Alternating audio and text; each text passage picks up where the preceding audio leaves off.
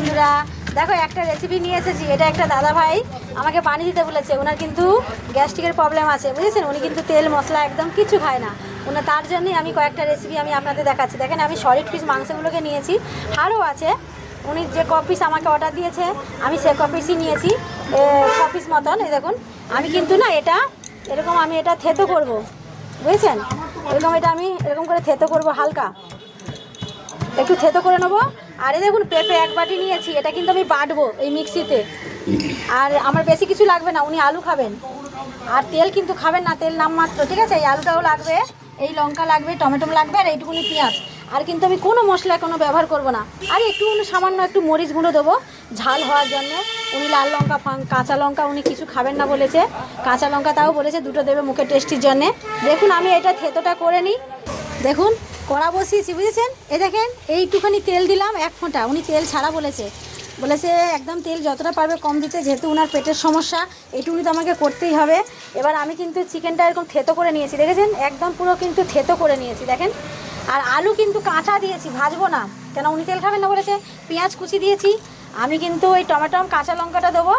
আর একটুখানি মরিচ গুঁড়ো নামমাত্র আছে, নেই মনে হয়, আবার একটা প্যাকেট বার। দেখুন বন্ধুরা, আমার কিন্তু এই পেঁপে কিন্তু সব বাটা হয়ে গেছে। পেঁয়াজ দিয়েছি আর চিকেনটা দিয়ে দিয়েছি। পেঁপেগুলো গোটা গোটা একটু থেকে গেছে, অসুবিধা নেই, গলে যাবে।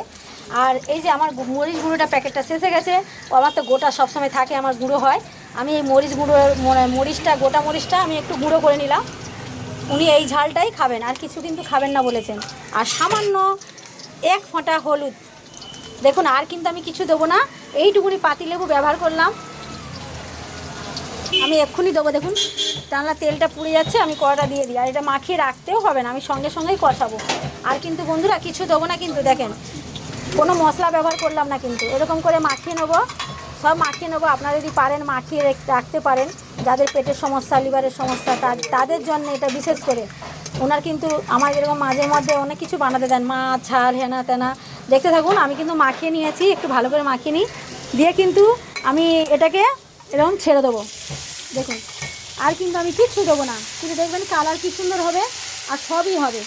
উনি তো খাবেন, আর কিছুই দেবো না, এরকম হবে। দিয়ে ভাজা ভাজা আপনাদের দেখাচ্ছি।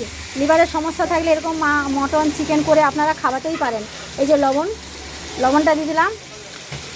আর আমি দেখুন কিছু কিন্তু ব্যবহার করলাম না, না আদা রসুন, না কোনো কিছুই দেবো না। শুধু এই মশলাটা দিয়ে এটাই কষাবো। দেখতে থাকুন, দেখবেন কত সুন্দর লাগবে, মনেই হবে না। আমি কিন্তু এই 3টে লঙ্কা আর টমেটোটা দেবো, একটু পরে দিচ্ছি, একটুখানি আর্ধেক কষানো হয়ে যাক, দেখতে থাকুন। দেখেন বন্ধুরা, এটা কিন্তু আমার দেখেছেন তেল ছাড়াই, দেখেন কষা হয়ে গেছে, 1 ফোঁটাও তেল নেই। আর দেখলেন তো, দেখতে থাকলেন তো, কিন্তু নুনও দিয়ে দিয়েছি। আর এ দেখেন আলুও গলে গেছে, দেখেছেন। কিন্তু এবার আমি দেবো কি জানেন, এটা যেহেতু আদা রসুন পড়েনি, কিছু পড়ছে না, ওই জন্যেই, যেহেতু ওনার পেটের সমস্যা আছে, তার জন্যে এ দেখুন আমি কিন্তু কসুরি মেথি একটু ব্যবহার করছি।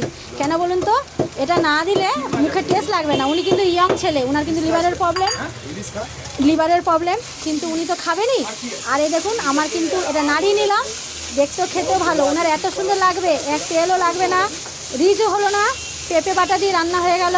এটা যদি 1 পিস খেয়ে দেখেন বন্ধুরা, দারুণ ফাটাফাটি। আর লিভারের পক্ষে একদম সুপারফাস্ট। এটা যদি প্রায় খেতে থাকেন, বাচ্চাদেরও খাওয়াতে থাকেন, আমরাও মাঝের মধ্যে খাই, অসুবিধা থাকে না মাঝের মধ্যে, কিন্তু অসুবিধা হয় না। আর খেতে কিন্তু দুর্দান্ত, কিন্তু দুর্দান্ত হতে গেলে হবে না, দুর্দান্তর মধ্যে জিনিস দিতে হবে আপনাকে।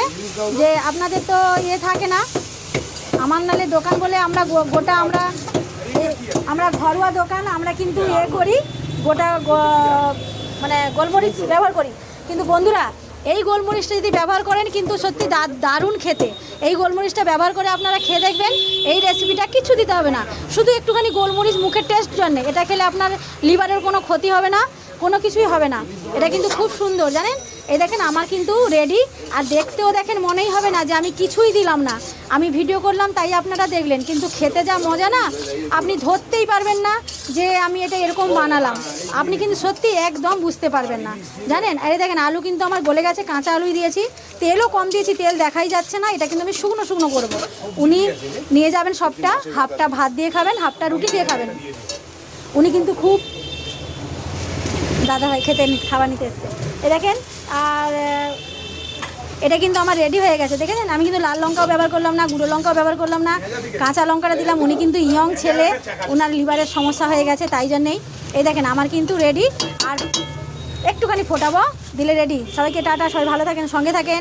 আমার এই রেসিপি সেটি কোনো কিছু দেবেন না, গরম মশলাও দেবে না, আর আদা রসুন দেবে না, ওটা রিচ হয়ে যায়। এমনি করবেন, খেতে খুব ভালো।